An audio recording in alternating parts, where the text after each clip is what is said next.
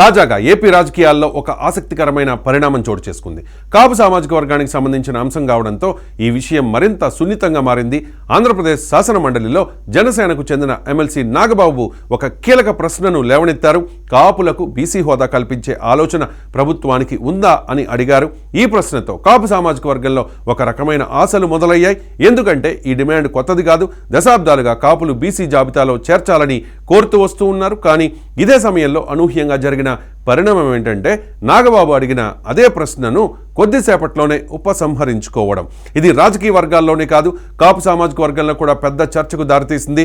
ఒకవైపు ఆశలు రేపిన ప్రశ్న, మరోవైపు అకస్మాత్తుగా వెనక్కి తీసుకోవడం అనేక అనుమానాలకు కారణమైంది. ఈ వ్యవహారం మీద ప్రతిపక్షం గట్టిగా స్పందించింది. ముఖ్యంగా బొత్స సత్యనారాయణ ఈ అంశంపై మండలిలోనే ప్రశ్నలు లేవనెత్తారు. నాగబాబు ఎందుకు ప్రశ్న వేశారు, వెంటనే ఎందుకు వెనక్కి తీసుకున్నారు అని వివరాలు చెప్పాలని డిమాండ్ చేశారు. ఈ పరిణామంతో కూటమి ప్రభుత్వంపై విపక్షం విమర్శలు పెంచింది.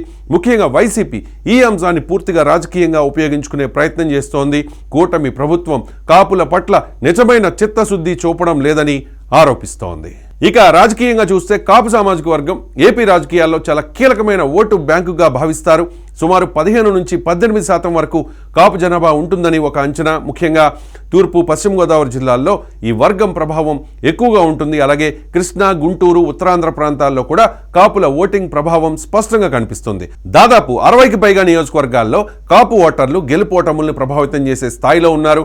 గత ఎన్నికల్లో కూడా ఈ వర్గం నుంచి గణనీయమైన సంఖ్యలో ఎమ్మెల్యేలు గెలిచిన విషయం తెలిసిందే. అయినప్పటికీ ఇంత ప్రభావం ఉన్నా కూడా ఇప్పటివరకు కాపు వర్గానికి చెందిన వ్యక్తి ముఖ్యమంత్రి పదవి చేపట్టలేదన్న అసంతృప్తి కూడా ఈ వర్గంలో ఉంది. ఇలాంటి నేపథ్యంలో కాపు రిజర్వేషన్ల అంశం ఎప్పుడు సున్నితమైన అంశం. 2014-19 మధ్య చంద్రబాబు సర్కార్ ఈ అంశంపై స్పష్టత ఇవ్వలేదన్న విమర్శలు వినిపించాయి. మరోవైపు మాజీ ముఖ్యమంత్రి జగన్మోహన్ రెడ్డి మాత్రం కాపులకు రిజర్వేషన్లు సాధ్యం కాదని అప్పట్లో స్పష్టంగా చెప్పిన విషయం కూడా ఇప్పుడు మళ్ళీ చర్చకు వచ్చింది. ఇప్పుడు నాగబాబు అడిగిన ప్రశ్న, దాన్ని వెనక్కి తీసుకోవడం వల్ల కూటమి ప్రభుత్వంపై అనుమానాలు పెరిగాయి. జనసేన వైఖరేంటి, కాపు రిజర్వేషన్లపై వారి స్టాండ్ ఏంటి అన్నది స్పష్టంగా తెలియకపోవడం కూడా ఈ చర్చను మరింత రాజేసింది.